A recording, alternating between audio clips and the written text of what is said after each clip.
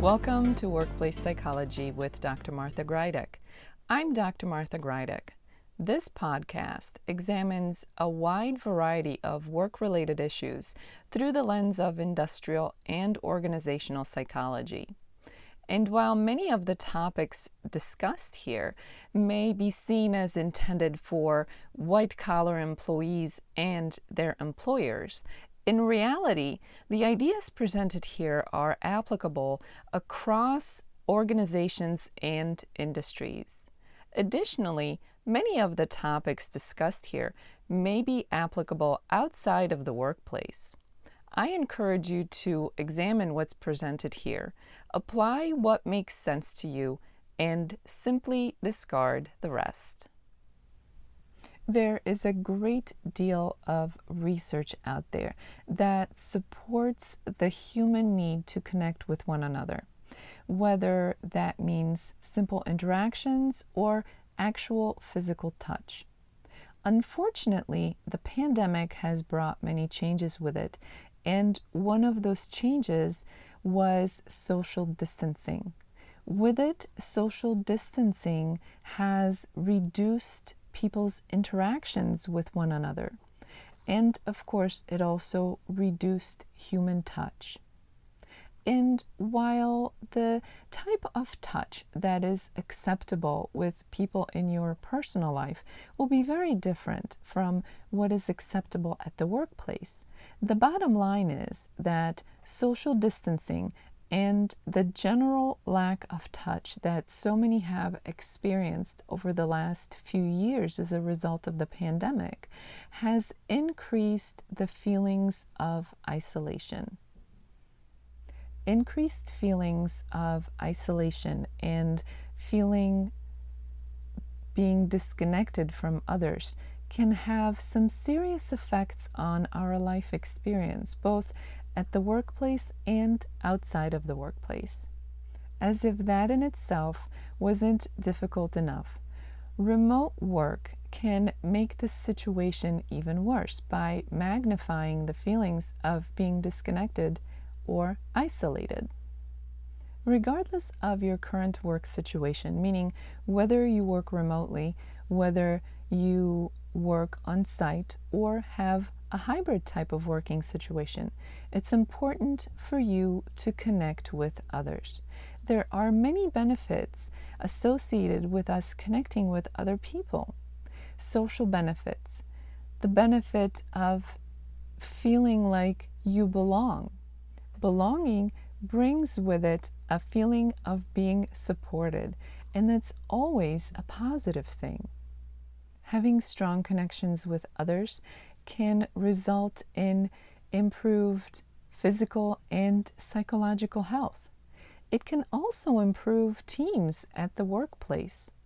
Strong connections can increase and improve the quality of collaboration, which of course can lead to better productivity.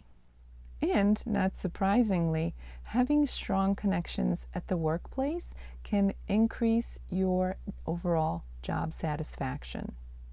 But rather than leaving our connections to other people to chance, it's important that we're proactive in our efforts.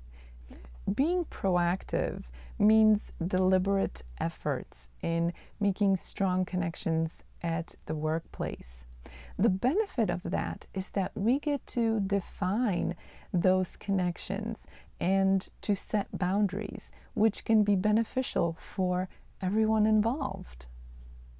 You may be wondering, what's the best way to make connections with others at work, especially if you're working remotely? Well, the efforts are similar regardless of whether you work remotely or work on site. First and foremost, you have to make an actual effort. Reach out to another person with the intention of connecting with them. It starts as simply as having a conversation. Make sure that you're genuine in your efforts.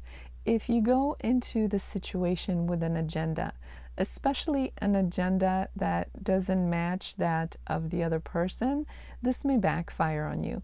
So it's important to be genuine in your efforts.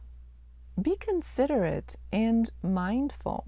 This is about a give and take relationship, making a connection where you are as comfortable with giving as you are with receiving.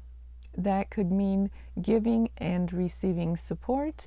That could mean giving and receiving help or resources. Be a good listener, and remember that your conversations don't always have to be about work. They can be, but it's okay to discuss some personal stuff as long as you're both on the same page and both interested in sharing and listening to things that are beyond the workplace. And make sure that you're paying attention not only to your words, but also to your body language. It's so important when we connect with others that we communicate with more than just our words. Whether or not we realize it, other people are watching and listening to things beyond just our words. They may not even be consciously aware of it, but subconsciously they're picking up all kinds of cues. So it's important that we are mindful about the messages that we may be sending beyond the words that we're choosing. This may sound very simplistic, but think about it this way. Humans connect with one another by nature. This isn't new to us.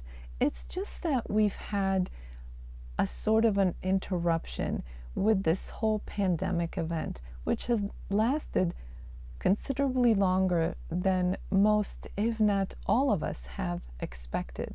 So now it's the time to start reconnecting with one another. Reconnecting with one another is so important and comes with so many benefits, but we can't leave it to chance, which is why it's so important to talk about this and to engage with deliberate efforts to connect with others. You may have become used to feeling disconnected or isolated, but believe me when I tell you, that is not our norm as a species. We are meant to interact with one another, to connect with one another, to share, to collaborate. So it's so important that we get back to interacting and connecting with one another the way that we always have been and that we are meant to do. The benefits of connecting with others are many. So why leave the connection to other people to chance? Why not be deliberate in our efforts so that we can all benefit from reconnecting with one another, whether you're working remotely or on site? As this episode comes to an end, let's review what was discussed. First and foremost, there are many benefits to connecting with other people. It can benefit you at the workplace and it can benefit you in your personal life. You can benefit in terms of your health, both physical and psychological. You can be happier at work and be more productive. Reconnecting is not a difficult task, but it's one that requires some time and effort on your part. Simply reach out, be genuine, and be ready to give and receive in your efforts. Be a good listener and pay attention to your words and your body language. These are simple practices, but they're ones that we've been doing all our lives. So it's time that we get back to doing what we know best, connecting with other people. It will benefit everyone involved. As the week unfolds, I invite you to take a look at your own situation. How connected or disconnected are you feeling? Are you feeling or experiencing isolation from others? It's time to take charge and not leave things to chance. Take what you've learned here today and start making an effort to reconnect with other people. There are so many benefits to connect with others at work. and outside of the workplace, that this is not something to leave up to chance. Thank you for joining me here today. Please subscribe to this podcast. I hope that you will join me again next time. Until then, I wish you joy and well-being.